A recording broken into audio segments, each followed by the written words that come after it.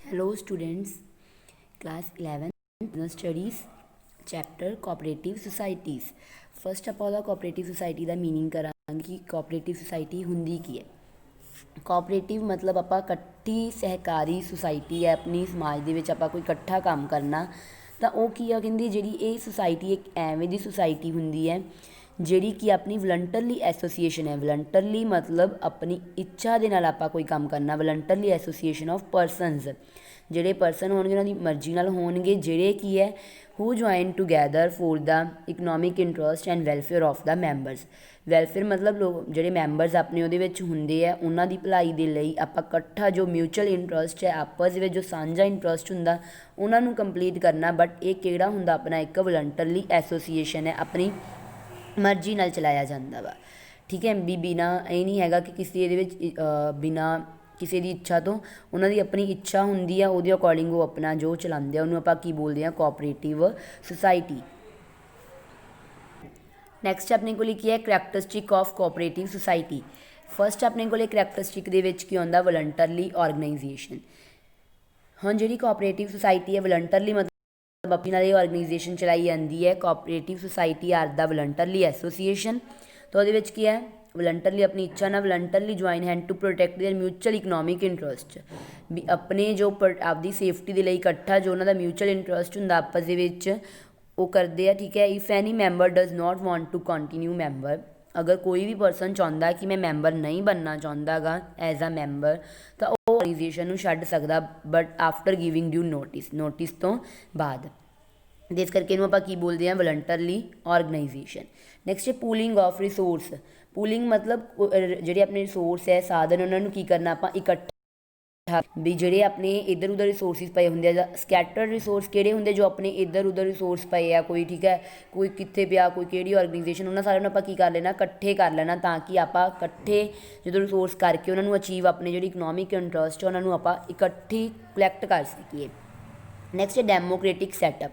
Democratic ਕੀ ਹੁੰਦੀ ਹੈ, ਆਪਣੀ ਲੋਕਤੰਤਰ, ਮਤਲਬ ਇਹਦੇ ਵਿੱਚ ਲੋਕਾਂ ਦੁਆਰਾ, ਪਬਲਿਕ ਦੇ ਦੁਆਰਾ, ਮੈਂਬਰਸ ਦੇ ਦੁਆਰਾ ਬਣਾਈ ਜਾਂਦੀ ਹੈ। ਤਾਂ management of cooperative organisation is elected in a democratic way. ਆਪਾਂ ਡੈਮੋਕ੍ਰੇਟਿਕ ਵੇ ਦੇ ਅਕੋਰਡਿੰਗ ਇਹਨੂੰ ਇਲੈਕਟ ਕਰਦੇ ਹਾਂ। ਤਾਂ ਕੀ ਹੈ, every member has one vote, ਹਰ ਇੱਕ ਮੈਂਬਰ ਨੂੰ ਇੱਕ ਵੋਟ ਦਾ ਆਪਣੇ ਕੋਲ ਰਾਈਟ ਹੁੰਦਾ ਵਾ, irrespective of contribution to the capital.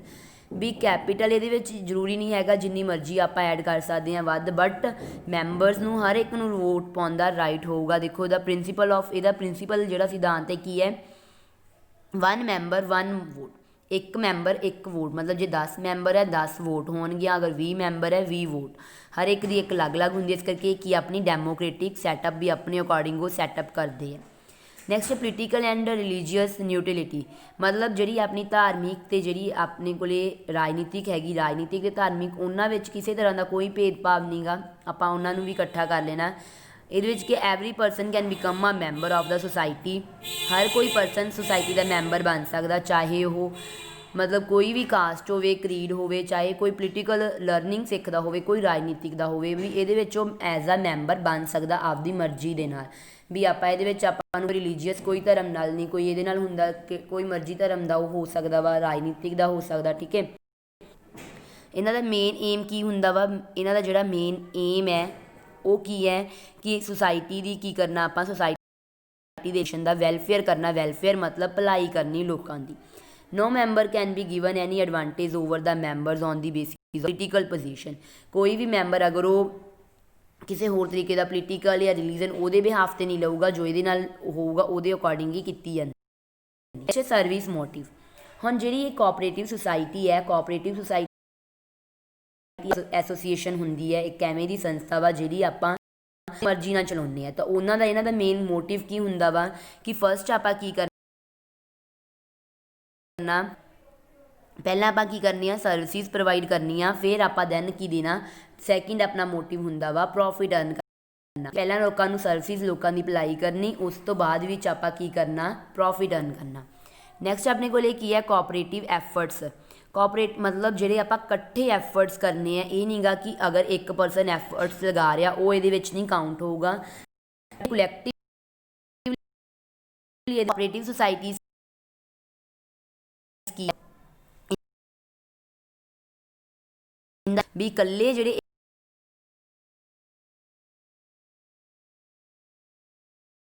ਇੱਕ ਜੋ ਇੱਕ ਇਕੱਲਾ ਪਰਸਨ ਹੈ ਉਹਦੀ ਇਹਦੇ ਵਿੱਚ ਨਹੀਂ ਲਿੱਤੀ ਜਾਊਗੀ। ਸਾਰੇ ਮੈਂਬਰਸ ਅਗਰ ਇਕੱਠੇ ਕੋਲੈਕਟਿਵਲੀ ਐਫਰਟਸ ਕਰਨਗੇ ਆਪਣੇ ਸਾਂਝੇ ਗੋਲ ਨੂੰ ਕੰਪਲੀਟ ਕਰਨ ਦੇ ਲਈ, ਉਹਨੂੰ ਆਪਾਂ ਬੋਲਦੇ ਹਾਂ cooperative efforts. Next distribution of surplus. ਜਿਹੜਾ ਆਪਣਾ ਸਰਪਲਸ ਹੈ ਮੀਨਸ ਆਪਣਾ ਜੋ ਪ੍ਰੋਫਿਟ ਹੈ ਉਹਨੂੰ ਆਪਾਂ ਡਿਸਟਰੀਬਿਊਟਡ ਕਰ ਦੇਣਾ, ਉਹਨੂੰ ਆਪਾਂ ਵੰਡ ਦੇਣਾ। ਤਾਂ ਕੀ ਹੈ, profits are distributed in other organisation. ਕਿਹਦੇ ਬਿਹਾਫ ਤੇ ਕਰਾਂਗੇ ਆਪਾਂ, ਜੋ ਕਿ ਪ੍ਰੋਫਿਟਸ ਹੈ capital invested by the owners, ਜੋ ਓਨਰ ਨੇ ਆਪਣੀ ਕੈਪੀਟਲ ਇਨਵੈਸਟ ਕੀਤੀ ਉਹਦੇ ਬਿਹਾਫ ਤੇ। ਬਟ ਉਹ ਕਹਿੰਦੇ ਜੋ ਇਹਦੇ ਵਿੱਚ ਵੰਡ ਹੁੰਦੀ ਹੈ ਪ੍ਰੋਫਿਟਸ ਦੀ, ਉਹ ਇੱਕ ਅਲੱਗ ਫੀਚਰ ਹੈ, ਯੂਨੀਕ ਫੀਚਰ ਹੁੰਦੀ ਹੈ ਕੋਆਪਰੇਟਿਵ ਸੁਸਾਇਟੀ ਵਿੱਚ, ਕਿਉਂਕਿ ਜਿਹੜੀ ਇਹਦੇ ਵਿੱਚ ਆਪਾਂ ਹਰ ਇੱਕ ਮੈਂਬਰ ਨੇ ਕੈਪੀਟਲ ਅਲੱਗ ਲਗਾਈ ਹੁੰਦੀ ਹੈ। ਤਾਂ ਕੀ ਹੈ, surplus is not distributed according to contribution made by the member. ਵੀ ਜੇ ਉਹਨਾਂ ਨੇ ਮੈਂਬਰ ਕਿਸੇ ਨੇ 10,000 ਲਗਾਇਆ, ਕਿਸੇ ਨੇ 20,000 ਕੈਪੀਟਲ ਲਾਈ ਹੈ, ਕਿਸੇ ਨੇ 30,000 ਲਗਾਈ, ਉਹਦੇ ਅਕੋਰਡਿੰਗ ਨਹੀਂ ਉਹ ਕਹਿੰਦੇ ਵੰਡ ਦੇਗੇ। ਹਰ ਇੱਕ ਨੂੰ ਆਪਾਂ ਜਿਵੇਂ ਜੋ ਵੀ ਇਹਦੇ ਵਿੱਚ ਪਾਰਟੀਸਪੇਟ ਕਰ ਰਿਹਾ ਉਹਦੇ ਅਕੋਰਡਿੰਗ ਦਿੰਦੇ ਆ। Out of surplus of the society first of all reasonable rate of interest is allot to the member. ਮਤਲਬ ਘੱਟ ਤੋਂ ਘੱਟ ਰੇਟ ਆਫ ਇੰਟਰਸਟ ਪ੍ਰੋਵਾਈਡ ਕੀਤਾ ਜਾਂਦਾ ਵਾ। ਠੀਕ ਹੈ, ਦਾ ਮੇਜਰ ਪ੍ਰਪੋਰਸ਼ਨ ਆਫ ਸਰਪਲਸ ਆਪਾਂ ਉਹਨਾਂ ਨੂੰ ਐਜ਼ ਆ ਡਿਸਟਰੀਬਿਊਟ ਕਰ ਦਿੰਦੇ ਹਾਂ ਜਿੰਨਾ ਵੀ ਹੈਗਾ। ਨੈਕਸਟ ਹੈ ਕੈਪੀਟਲ। ਕੈਪੀਟਲ ਮਤਲਬ ਜੋ ਆਪਾਂ ਪੂੰਜੀ ਲਗਾਉਂਦੇ ਹਾਂ, ਪੈਸਾ ਇਨਵੈਸਟ ਕਰਦੇ ਹਾਂ। ਇਹ ਤਾਂ ਕੋਆਪਰੇਟਿਵ ਸੁਸਾਇਟੀਜ਼ ਕੀ ਹੈ, ਰੇਜ਼ ਦੇਅਰ ਕੈਪੀਟਲ। ਜੋ ਕੈਪੀਟਲ ਆਪਣੀ ਲਗਾਉਂਦੇ ਕਿਹਨਾਂ ਦੁਆਰਾ ਕਰਦੇ, ਠੀਕ ਹੈ। ਤਾਂ ਇਹਦੇ ਵਿੱਚ ਜੋ ਸ਼ੇਅਰਸ ਵਗੈਰਾ ਹੁੰਦੇ purchase the minimum number of share, ਘੱਟ ਤੋਂ ਘੱਟ ਨੰਬਰ ਖਰੀਦਿਆ, ਕਿਉਂਕਿ because it does not effect the voting right ਤੇ ਨਹੀਂ ਆਪਣਾ ਹੋਣਾ ਚਾਹੀਦਾ ਹੈਗਾ। ਇਹਦੇ ਵਿੱਚ ਨਾ ਆਪਣੇ ਕੋਲ ਇੱਕ ਰਿਸਟ੍ਰਿਕਸ਼ਨ ਹੁੰਦੀ ਹੈ, ਪਾਬੰਦੀ ਹੁੰਦੀ ਹੈ ਕਿ there is a restriction on maximum number of shares, ਕਿ ਵੱਧ ਤੋਂ ਵੱਧ ਨਹੀਂ ਆਪਾਂ ਇਹਦੇ ਵਿੱਚ ਸ਼ੇਅਰਸ ਲੈ ਸਕਦੇ ਕਿ ਵਿੱਚ ਮੈਂਬਰ ਕੈਨ ਹੋਲਡ, ਵੱਧ ਤੋਂ ਵੱਧ ਆਪਣੇ ਕੋਲ ਹੋਲਡ ਕਰਕੇ ਨਹੀਂ ਰੱਖ ਸਕਦੇ। ਨੈਕਸਟ ਹੈ ਕੈਸ਼ ਟ੍ਰਾਂਜੈਕਸ਼ਨ। ਟ੍ਰਾਂਜੈਕਸ਼ਨ ਹੁੰਦਾ ਜੋ ਲੈਣ ਦੇਣ ਆਪਾਂ ਕਰਨਾ, ਕਿਹਦੇ ਬਿਹਾਫ ਤੇ, ਕੈਸ਼ ਦੇ ਬਿਹਾਫ ਤੇ। ਕੈਸ਼ ਮਤਲਬ ਪੈਸੇ ਨਾ ਕਰਨਾ। ਉਹ ਕਹਿੰਦੇ ਆਪਣੇ ਕੋਲ ਹੁਣ ਥੋੜ੍ਹੀ ਕੈਪੀਟਲ, ਲਿਮਟਡ ਕੈਪੀਟਲ ਹੋਣ ਕਰਕੇ ਇੱਕ ਹੁੰਦੀ ਹੈ ਲਿਮਟਡ ਕੈਪੀਟਲ, ਇੱਕ ਹੁੰਦੀ ਹੈ ਅਨਲਿਮਟਡ। ਲਿਮਟਡ ਦੇ ਵਿੱਚ ਤਾਂ ਆਪਾਂ ਜਿੰਨੇ ਪੈਸੇ ਲਗਾਏ ਆ ਓਨਾ ਹੀ ਆਪਣੇ ਕੋਲ ਹੋਊਗਾ। ਅਗਰ ਅਨਲਿਮਟਡ ਹੈ ਮਤਲਬ ਆਪਣੀ ਜੋ ਪਰਸਨਲ ਪ੍ਰੋਪਰਟੀ ਹੈ ਉਹ ਵੀ ਆਪਾਂ ਇਹਦੇ ਵਿੱਚ ਪੇ ਆਫ ਕਰਦੇ ਹਾਂ।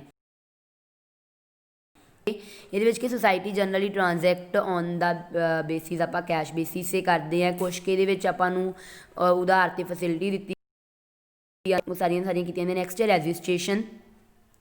ਰਜਿਸਟ੍ਰੇਸ਼ਨ ਕਰਵਾਉਣਾ ਆਪਣੇ ਲਈ ਜ਼ਰੂਰੀ ਹੁੰਦਾ ਹੈ। ਰਜਿਸਟ੍ਰੇਸ਼ਨ ਆਪਾਂ ਜੋ ਦੇਖੋ ਪਾਰਟਨਰਸ਼ਿਪ ਕੀਤਾ ਸੀ, ਪਾਰਟਨਰਸ਼ਿਪ ਦੇ ਵਿੱਚ 1932 ਦੇ ਵਿੱਚ ਕਰਨੀ ਹੁੰਦੀ, ਬਟ ਜਿਹੜੀ ਕੋਆਪਰੇਟਿਵ ਸੁਸਾਇਟੀ ਆ ਉਹ ਕਿਹਦੇ ਅੰਡਰ ਰਜਿਸਟ੍ਰੇਸ਼ਨ ਹੋਣੀ ਜ਼ਰੂਰੀ ਹੈ, 1912 ਦੇ ਵਿੱਚ। ਆਪਣੇ ਕੋਲ ਜੋ ਰਜਿਸਟ੍ਰੇਸ਼ਨ ਹੈ 1912 ਦੇ ਵਿੱਚ ਆਪਾਂ ਰਜਿਸਟ੍ਰੇਸ਼ਨ ਕਰਵਾਉਣੀ ਹੈ। ਜੇ ਰਜਿਸਟ੍ਰੇਸ਼ਨ ਕਰਵਾਈ ਹੋਊਗੀ ਆਪਾਂ ਨੂੰ ਉਹਦੇ ਬਹੁਤ ਸਾਰੇ ਬੈਨੀਫਿਟਸ ਪ੍ਰੋਵਾਈਡ ਕਰਦੀ ਹੈ ਕੌਣ, ਗਵਰਨਮੈਂਟ, ਕਾਫੀ ਫੈਸਿਲਿਟੀਜ਼ ਪ੍ਰੋਵਾਈਡ ਕਰਦੀ ਹੈ। ਨੈਕਸਟ ਰਾਈਟ, ਸਾਰਿਆਂ ਨੂੰ ਇਕੁਅਲ ਚਾਂਸ ਦਿੱਤੇ ਜਾਂਦੇ ਆ, ਇੱਕ ਵੋਟ, ਹਰ ਇੱਕ ਨੂੰ ਇਕੁਅਲ ਚਾਂਸ ਦਿੱਤਾ ਜਾਊਗਾ। ਸੈਪਰੇਟ ਆਈਡੈਂਟੀਟੀ, ਅਲੱਗ ਪਹਿਚਾਣ ਕਦੋਂ ਬਣ ਜਾਂਦੀ ਹੈ, ਜਦੋਂ ਉਹ ਰਜਿਸਟ੍ਰੇਸ਼ਨ ਕਰਵਾ ਲੈਂਦੇ, ਫਿਰ ਉਹਨਾਂ ਦੀ ਜਸਟ ਲਾਈਕ ਆਪਾਂ ਇੱਕ ਚੈਪਟਰ ਕਰਾਂਗੇ ਜੁਆਇੰਟ ਸਟਾਕ ਕੰਪਨੀ, ਉਹਦੇ ਅਕੋਰਡਿੰਗ ਇਹਨਾਂ ਦੀ ਅਲੱਗ ਇੱਕ ਪਹਿਚਾਣ ਬਣ ਜਾਂਦੀ ਹੈ ਜਦੋਂ ਉਹ ਰਜਿਸਟ੍ਰੇਸ਼ਨ ਕਰਵਾ ਲੈਂਦੇ ਹੈ। ਲਿਮਟਡ ਰੇਟ ਆਫ ਰਿਟਰਨ, ਜਦੋਂ ਉਹਨਾਂ ਨੂੰ ਪੈਸਾ ਦਾ ਕਹਿੰਦੇ ਆਪਣੇ ਕੋਲ ਇੰਟਰਸਟ ਮਿਲਦਾ ਉਹ ਘੱਟ ਤੋਂ ਘੱਟ ਹੁੰਦਾ ਵਾ, ਕਿਉਂਕਿ ਰੇਟ ਆਫ ਰਿਟਰਨ 9% ਹੀ ਰੱਖਿਆ ਜਾਂਦਾ। ਇਹਨਾਂ ਦਾ ਮੇਨ ਇਹ ਹੁੰਦਾ ਵਾ ਕਿ ਆਪਾਂ ਪ੍ਰੋਫਿਟ ਨਹੀਂ ਜ਼ਿਆਦਾ ਅਰਨ ਕਰਨਾ, ਆਪਾਂ ਸਰਵਿਸਿਜ਼ ਪ੍ਰੋਵਾਈਡ ਕਰਨੀਆਂ, ਇਸ ਕਰਕੇ ਘੱਟ ਤੋਂ ਘੱਟ ਲਿਮਟਡ ਰੇਟ ਆਫ ਰਿਟਰਨ ਕਿੰਨਾ ਰੱਖਦੇ ਆ, 9%। ਨੈਕਸਟ ਆਪਣੇ ਕੋਲ ਕੀ ਐਡਵਾਂਟੇਜ ਹੈ ਕੋਆਪਰੇਟਿਵ ਸੁਸਾਇਟੀ ਦੀਆਂ। ਐਡਵਾਂਟੇਜ ਅਤੇ ਕਰੈਕਟਰਿਸਟਿਕ ਆਲਮੋਸਟ ਵੈਸੇ ਸੇਮ ਹੀ ਹੁੰਦੀਆਂ ਵਾ। ਦੇਖੋ ਹੁਣ ਫਸਟ ਆਪਣੇ ਕੋਲ ਕੀ ਈਜ਼ੀ ਟੂ ਇਹਨੂੰ ਹੁਣ ਔਰਗਨਾਈਜ਼ ਕਰਨਾ ਬਹੁਤ ਜ਼ਿਆਦਾ ਈਜ਼ੀ ਹੁੰਦਾ, ਕਿਉਂਕਿ ਇਹ ਕਿਹੜੀ ਔਰਗਨਾਈਜੇਸ਼ਨ ਹੁੰਦੀ ਹੈ, ਵਲੰਟਰਲੀ ਆਪਣੀ ਇੱਛਾ ਨਾਲ ਆਪਾਂ ਕਰਦੇ ਹਾਂ। ਇਹਦੇ ਵਿੱਚ ਕੀ ਰਿਕੁਆਇਰ ਓਨਲੀ 10 ਕੋਲੇ ਮੈਂਬਰ ਹੋਣੇ ਚਾਹੀਦੇ, 10 ਆਪਣੇ ਕੋਲੇ ਜਿਹੜੇ ਬਾਲਗ ਮੈਂਬਰ ਹੁੰਦੇ ਆ ਜਦੋਂ ਇਹਨੂੰ ਫਾਰਮੇਸ਼ਨ ਕਰਦੇ, ਇਸ ਕਰਕੇ ਕੀ ਹੈ ਸਿੰਪਲ ਹੁੰਦੀ ਹੈ। ਡੈਮੋਕ੍ਰੇਟਿਕ ਮਤਲਬ ਲੋਕਾਂ ਦੁਆਰਾ ਹਰ ਇੱਕ ਨੂੰ ਇਕੁਅਲ ਰਾਈਟ ਦਿੱਤਾ ਜਾਂਦਾ ਵਾ, ਇੱਕ ਮੈਂਬਰ ਤੇ ਇੱਕ ਵੋਟ। ਲਾਇਬਿਲਿਟੀ ਸੇਮ ਉਹੀ ਪੁਆਇੰਟ ਅਨਲਿਮਟਡ ਤੇ ਲਿਮਟਡ ਵਾਲਾ, ਉਹ ਕਹਿੰਦੇ ਲਿਮਟਡ ਲਾਇਬਿਲਿਟੀ ਹੋਣ ਵਿੱਚ ਹੈਜ਼ੀਟੇਸ਼ਨ ਫੀਲ ਨਹੀਂ ਕਰਦੇਗੇ ਉਹ ਆਪਣੀ, ਕਿਉਂਕਿ ਇਹਦੇ ਵਿੱਚ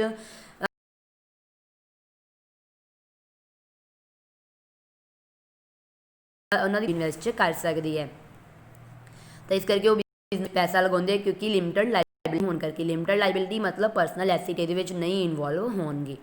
ਸਰਵਿਸ ਮੋਟਿਵ, ਕੋਆਪਰੇਟਿਵ ਦਾ ਕੀ ਮੇਨ ਏਮ ਹੁੰਦਾ ਵਾ ਕਿ ਆਪਾਂ ਫਸਟ ਸਰਵਿਸ ਪ੍ਰੋਵਾਈਡ ਕਰਨੀ ਆ, ਦੈਨ ਆਪਾਂ ਕੀ ਆਪਣਾ ਮੇਨ ਆਬਜੈਕਟਿਵ ਕੀ ਹੁੰਦਾ ਵਾ ਵਿੱਚ ਆਪਾਂ ਪ੍ਰੋਫਿਟ ਅਰਨ ਕਰਨਾ। ਫਸਟ ਆਪਾਂ ਸਰਵਿਸਿਜ਼ ਪ੍ਰੋਵਾਈਡ ਕਰਨੀਆਂ, ਠੀਕ ਹੈ। ਨੈਕਸਟ ਕੀ ਹੈ, ਇਕਨੋਮਿਕਲ ਜਸਟਿਸ, ਮਤਲਬ ਲੋਕਾਂ ਨੂੰ ਆਪਾਂ ਭਲਾਈ ਜਿਹੜੀ ਹੁੰਦੀ ਆ ਉਹ ਕਰਨਾ।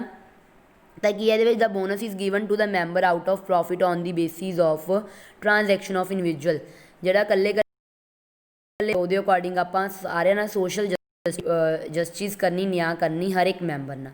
ਕੰਟੀਨਿਊ ਹੁਣ ਮੈਂਬਰਸ ਦੀ ਆਪਣੇ ਕੋਲ ਕੀ ਹੈ, ਲਗਾਤਾਰ ਉਹ ਕਹਿੰਦੇ ਕੰਟੀਨਿਊਟੀ ਆਪਣੀ ਹੁੰਦੀ ਰਹਿੰਦੀ ਹੈ, ਚਾਹੇ in case person the death ਵਗੈਰਾ ਤਾਂ ਆਪਾਂ ਬਿਜ਼ਨਸ ਨੂੰ ਵਿੱਚ ਨਹੀਂ ਰੋਕਾਂਗੇ। ਅਗਰ ਕਿਸੇ ਦੀ ਡੈਥ ਵਗੈਰਾ ਹੁੰਦੀ ਹੈ ਉਵੇਂ ਲਗਾਤਾਰ ਆਪਣੀ ਚੱਲਦਾ ਰਹਿੰਦਾ ਵਾ। ਟੈਕਸ ਕੰਸੈਸ਼ਨ ਮਤਲਬ ਉਹਨਾਂ ਨੂੰ ਜਿਹੜੇ ਰੇਟ ਵਗੈਰਾ ਉਹ ਘੱਟ ਕਰ ਦਿੱਤੇ ਜਾਂਦੇ ਆ, ਛੋਟ ਦਿੱਤੀ ਜਾਂਦੀ ਹੈ ਟੈਕਸ ਵੱਲੋਂ, ਠੀਕ ਹੈ। ਉਹਨਾਂ ਨੂੰ ਘੱਟ ਟੈਕਸ ਵਗੈਰਾ ਕਰਨਾ ਪੈਂਦਾ, ਟੈਕਸ ਘੱਟ ਦੇਣੇ ਪੈਂਦੇ ਆ। ਗਵਰਨਮੈਂਟ ਪੋਲਿਸੀ ਇੱਕ ਐਵੇਂ ਦੀ ਤਾਂ ਕਿ ਉਹ ਸੋਸਾਇਟੀ ਵੱਧ ਤੋਂ ਵੱਧ ਗਰੋਥ ਕਰ ਸਕਣ।